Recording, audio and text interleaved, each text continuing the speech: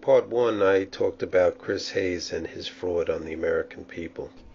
It could be a little misleading to focus too much on what the policy positions are. I left this comment on Chris's video as someone downvoted it, and then I replied to that, and I noticed that someone at Video Nation deleted my second comment. These are the deceitful games that are played to rob the American people of their freedom.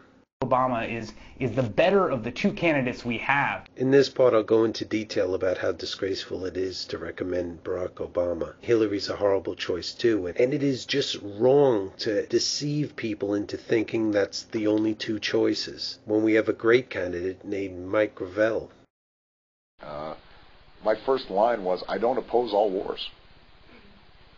You know, specifically to make clear that this is not just a anti-military, 70s loving kind of approach. It was rather that I thought strategically it was a mistake for us to go in. Notice that he's not saying it was illegal or immoral or that Bush had no right to attack Iraq. Obama's telling Wall Street he'll make money for the military-industrial complex by ignoring the rule of law.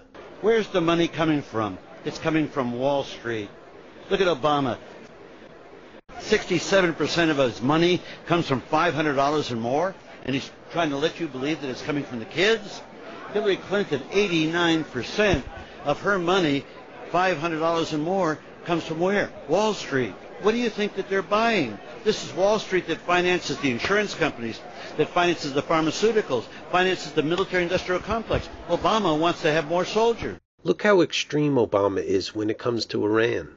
I think it is important for us to send a signal that we are not hell-bent on regime change just for the sake of regime change, but expect changes in behavior. Oh, for God's sakes, even Hitler and Stalin didn't say they were doing things just for the sake of it. They all say they have reasons. I am sure Obama can come up with reasons and excuses for future wars, too. Notice Obama isn't saying that he doesn't have the right to change their regime or that he won't change their regime. Given the history of Iran and the U.S. in 1953, his comments are particularly ugly and ignorant. I think Iran understands what military threats we pose. They're not surprised we could strike them and strike them hard. They are continuing the threats of military action against Iran. But there is something called the UN Charter, which is a valid treaty that we're committed to, which bars the threat or use of force. So they're all in violation of the Charter, and they don't seem to care, and the media don't seem to care. I mean, the media and the political class are isolated from both world opinion and even domestic opinion. And yes, there are some variations within the Democratic Party over this as to how extreme they are. But almost all of it is just kind of like off the wall from an international point of view, except for people like Gravel.